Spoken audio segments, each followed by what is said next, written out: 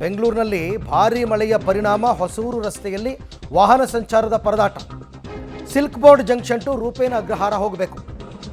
ಭಾರೀ ಪ್ರಮಾಣದ ಮಳೆ ನೀರು ಹರಿದು ಬರ್ತಾ ಇದೆ ಈ ಭಾಗದಲ್ಲಿ.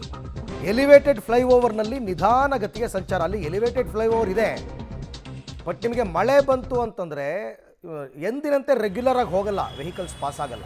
ಅಲ್ಲಿ ಅಂತಲೇ ಎಲ್ಲ ಯಾವುದೇ ಕಡೆ ಆಗಲಿ ಸ್ಲೋ ಆಗಿಬಿಡ್ತದೆ. ಸ್ಲೋ ಆಯಿತು ಅಂತಂದರೆ ಸ್ಲೋ ಮೂವಿಂಗ್ ಟ್ರಾಫಿಕ್. ಇಲ್ಲಿ ನೋಡಿ, ಕೆಳಗಡೆ ನೀರು ನಿಂತಿರೋ ಪ್ರಮಾಣ ನೋಡಿ ಹೆಂಗಿದೆ. ಇಷ್ಟು ಪ್ರಮಾಣದಲ್ಲಿ ಅವರು ವೆಹಿಕಲ್ಸ್ಗಳನ್ನ ಯಾವ ಧೈರ್ಯದಲ್ಲಿ ಓಡಿಸ್ಕೊಂಡು ಬರ್ತಾರೆ. ಇದು ನೀವು ನೋಡ್ತಾ ಇರೋದು ಹೊಸೂರು. ಬೆಂಗಳೂರು ಒಳಭಾಗ ಅಷ್ಟೇ ಇಲ್ಲ, ಔಟ್ಸ್ಕರ್ಟ್ನಲ್ಲೂ ಕೂಡ ಸಮಸ್ಯೆ ಆಗಿದೆ. ಇದು ವ್ಯಾಪಕವಾಗಿ ಬೆಂಗಳೂರಿನಲ್ಲಿ ಎಲ್ಲ ಏರಿಯಾಗಳಿಗೂ ಕೂಡ ಮಳೆ ಆಗಿದೆಯಲ್ಲ, ಅದರ ಮತ್ತೊಂದು ಪರಿಣಾಮವನ್ನು ತಾವೀಗ ಗಮನಿಸ್ತಾ ಇದ್ದೀವಿ. ಮಳೆ ನಿಂತರೆ ಪುಣ್ಯ, ಹಂಗೂ ಹಿಂಗೂ ಮಾಡ್ಕೊಂಡು ನೀರಿನ ಪ್ರಮಾಣ ತಗ್ಗುತ್ತೆ. ಮಳೆ ನಿಲ್ಲಿಲ್ಲ ಅಂದರೆ ಮತ್ತೆ ಇದು ದುಸ್ಥಿತಿ ನಿಜವಾಗ್ಲೂ. ಈ ಥರ ನೀರು ನಿಂತಾಗ ಟೂ ವೀಲರ್ ಅವ್ರು ಹೆಂಗ್ರಿ ಗಾಡಿ ಓಡಿಸ್ತಾರೆ? ಹಳ್ಳ ಎಲ್ಲಿದೆ, ದಿಣ್ಣೆ ಎಲ್ಲಿದೆ ಯಾರು ಗೊತ್ತಾಗುತ್ತೆ? ಹಂಪ್ ಎಲ್ಲಿದೆ ಅಂತ ಯಾರು ಗೊತ್ತಾಗುತ್ತೆ?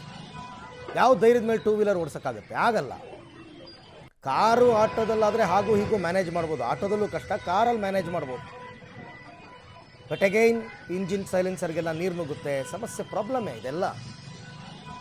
ಅದಕ್ಕೆ ಹೇಳಿದ್ದು ನಾನು, ಬೆಂಗಳೂರಿಗರು ನರಕ ಅನುಭವಿಸ್ತಾ ಇದ್ದಾರೆ ಅಂತ ಹಲವಾರು ಪ್ರದೇಶದಲ್ಲಿ. ಬೆಂಗಳೂರಿನಲ್ಲಿ ಮಳೆಯ ಅವಾಂತರ ಯಾವ ಯಾವ ಏರಿಯಾದಲ್ಲಿ ಏನೇನಾಗಿದೆ ಅಂತ.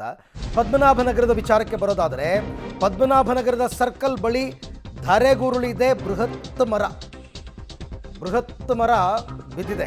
3 ಕಾರುಗಳು ಜಖಮಾಗಿದೆ, 3 ಮನೆಗಳಿಗೂ ಕೂಡ ಹಾನಿಯಾಗಿದೆ, ವಿದ್ಯುತ್ ಕಂಬ ಕೂಡ ಬಿದ್ದಿದೆ, ಅವಾಂತರವಾಗ್ಬಿಟ್ಟಿದೆ. ಪದ್ಮನಾಭನಗರದಲ್ಲಿ ಮಳೆಯ ಅವಾಂತರ ನೋಡಿ. ಇಲ್ಲಿ ನಿಮಗೆ ನೀರು ನಿಲ್ಲಲ್ಲ, ಈ ಏರಿಯಾದಲ್ಲಿ ಪದ್ಮನಾಭನಗರದಲ್ಲಿ ನೀರು ನಿಲ್ಲಲ್ಲ, ಬಟ್ ಮರ ಬಿದ್ದಿದೆ.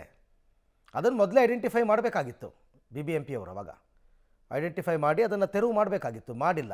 ನೋಡಿ ಇಲ್ಲಿ ಒಂದು ಮಳೆಗೆ ಯಾವ ದೊಡ್ಡ ಬಿಲ್ಡಿಂಗ್ ಮೇಲೆ ಬಿದ್ದಿದೆ. ಹಾಗೆ ನೋಡೋಕ್ಕೆ ಹೋದರೆ ತುಂಬ ಸಮಸ್ಯೆ. ಈ ಥರ ಮನೆಗಳು ಬಿದ್ದರೆ ನಿಮಗೆ ಅವ್ರು ಬಂದು ಅದನ್ನು ಕಟ್ ಮಾಡಿ ತೆಗೆದು ಎಲ್ಲ ಮಾಡೋ ತನಕ ಪಾಪ ಗತಿ ಏನು? ಯಾರಾದರೂ ಅಪಾಯದಲ್ಲಿದ್ದರೆ ಪ್ರಾಣ ಹೋಗ್ಬಿಡುತ್ತೆ ಅಷ್ಟೇ. ಇದೆಲ್ಲ ಮಳೆಯ ಅವಾಂತರಗಳು ನೋಡಿ. 1-2 ಸಮಸ್ಯೆಗಳು, ಒಂದೊಂದು ಏರಿಯಾದಲ್ಲೂ ಒಂದೊಂದು ಸಮಸ್ಯೆ. ಈಗ ಅದನ್ನು ತೆರವು ಮಾಡೋ ಕೆಲಸವನ್ನು ಮಾಡ್ತಾ ಇದ್ದಾರೆ ಪಾಲಿಕೆಯವರು. 3 ಕಾರುಗಳು ಹಾಳಾಗಿದೆ ಇದರಿಂದ. ಆಮೇಲೆ ಇದು ಇನ್ಶೂರೆನ್ಸ್ ಕ್ಲೈಮ್ ಆಗಲ್ಲ, ಇದಕ್ಕೆ ಗೊತ್ತಿರಬೇಕು ನಿಮಗೆ. ಈ ಥರ ಮರ ಬಿದ್ದರೆ ಇನ್ಶೂರೆನ್ಸ್ ಕ್ಲೈಮ್ ಆಗಲ್ಲ. ಸೊ ಹಾಗಾಗಿ ಅದು ಸಮಸ್ಯೆನೇ. ಇವರೆಲ್ಲ ಈ ಏರಿಯಾಗಳನ್ನ ಹುಟ್ಟಾಕಿದಾಗ ಮರಗಳನ್ನ ನೆಟ್ಟಿರ್ತಾರೆ, ಗಿಡಗಳನ್ನ ನೆಟ್ಟಿರ್ತಾರೆ, ಅದು ಮರವಾಗಿ ಹಳೇದಾಗ್ಬಿಟ್ಟಿರುತ್ತೆ.